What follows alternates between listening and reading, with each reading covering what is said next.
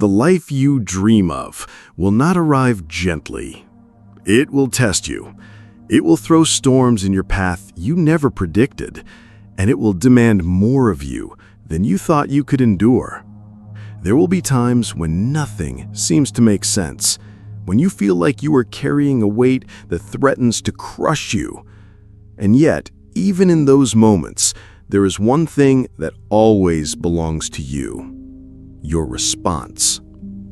As Epictetus once said, we cannot choose our external circumstances, but we can always choose how we respond to them. You cannot always command the events that unfold, but you can choose how you meet them. And in that choice lies your greatest strength. Because your response is the line that separates those who stumble and collapse from those who walk through fire and emerge refined. Two people can live through the exact same trial and walk away with entirely different lives. One leaves broken, bitter, and paralyzed. The other walks away stronger, wiser, and more alive.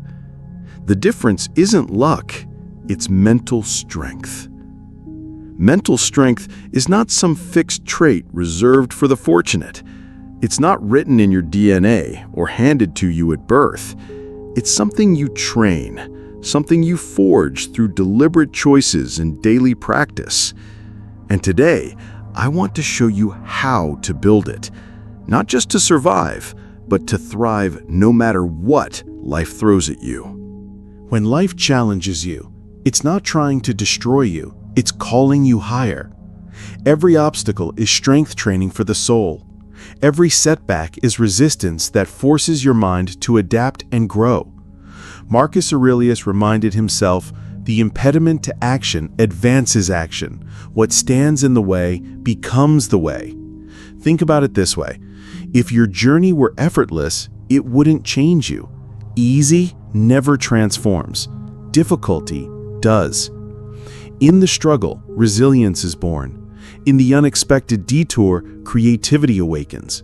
In the moments you feel stretched to your breaking point, your true character begins to take shape. The reward of pursuing something meaningful is not only what you achieve, but who you become along the way. The mind, like the body, is a muscle, and muscles only grow under pressure. Most people run from challenge and cling to comfort.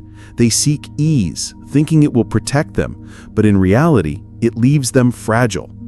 Then, when life finally does test them, they shatter. You are faced with a choice: embrace the hardship now and grow, or avoid it now and crumble later. The challenges in your path are not there to block you, they are there to build you. Seneca wrote, "Difficulties strengthen the mind, as labor does the body." But here's a truth that often goes unspoken. Mental strength isn't just about what you do. It's also about what you stop doing. There are habits, mindsets, and behaviors that quietly drain your resilience, like holes in a bucket. The first is complaining. Complaining feels good in the moment. It gives you a villain to point at and a reason why things aren't the way you hoped. But it doesn't solve anything. Every moment spent complaining is a moment stolen from actually changing your reality. Epictetus put it bluntly, "It is not what happens to you, but how you react to it that matters." The more you complain, the more powerless you feel. Because where your attention goes, your experience follows. Focus on problems, and life looks like an endless string of them. Focus on possibilities, and suddenly doors appear. The second trap is constant comfort seeking. Comfort is seductive. It whispers promises of ease, safety, and rest, but too much comfort weakens the spirit.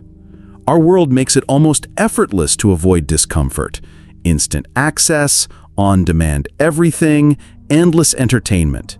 And yet growth requires friction.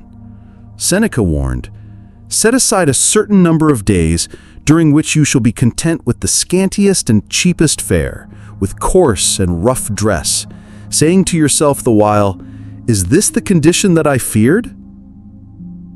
The third trap is excuses. Excuses protect your pride in the short term, but they rob your future.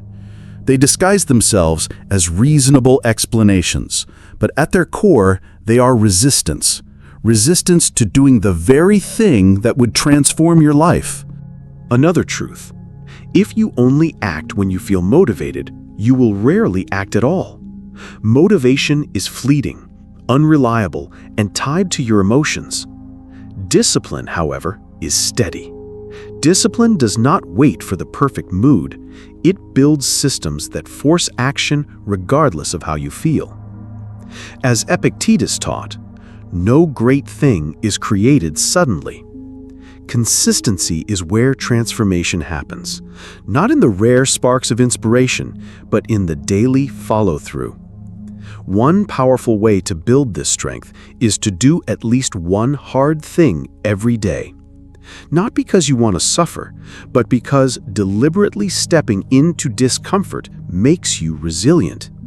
The more often you face what scares you, the smaller your fears become.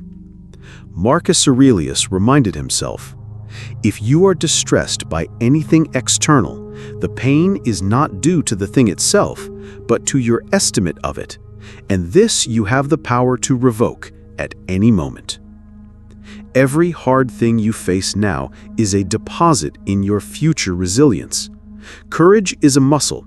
It strengthens only when used.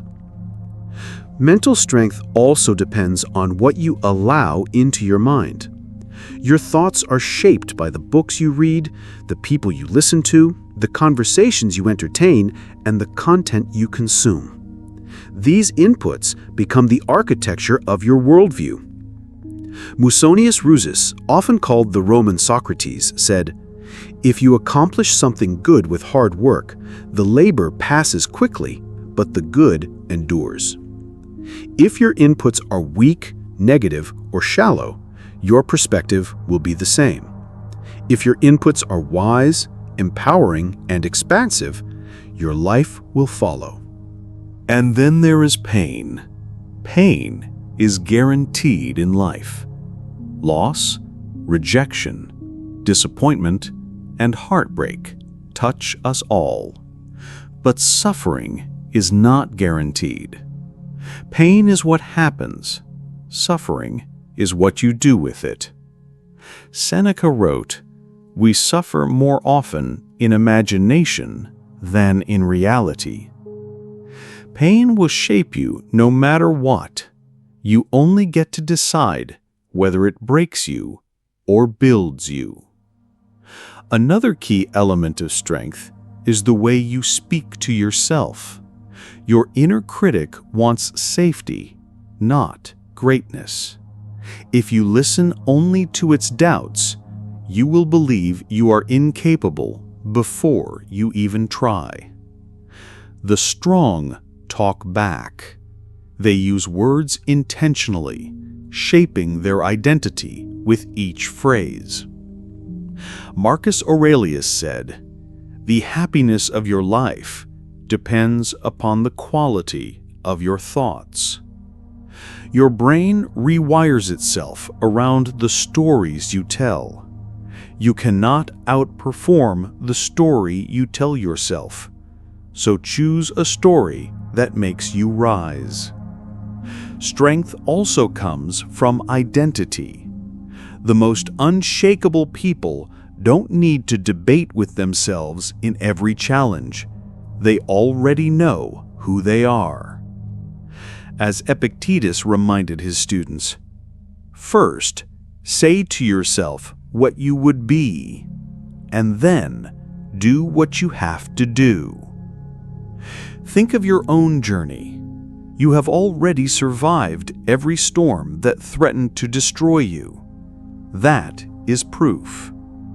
When you define yourself as someone who adapts and rises, obstacles stop being negotiations. And finally, fall in love with the process, not just the prize. The strongest people are not obsessed with the finish line. They embrace the daily climb. Results are fleeting, The medal gathers dust. The applause fades.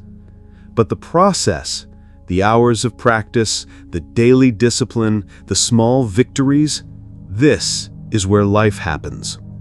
Seneca wrote, "It is not that we have a short time to live, but that we waste much of it."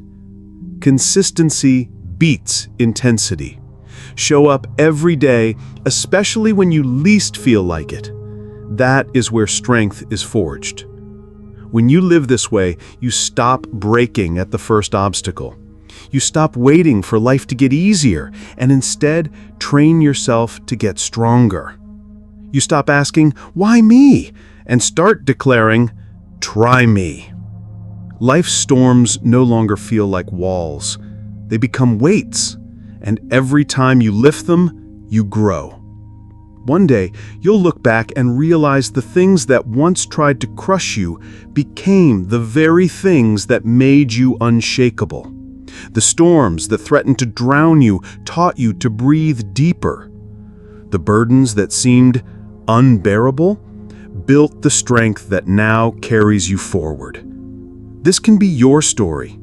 Not someday, not tomorrow, but today, starting now.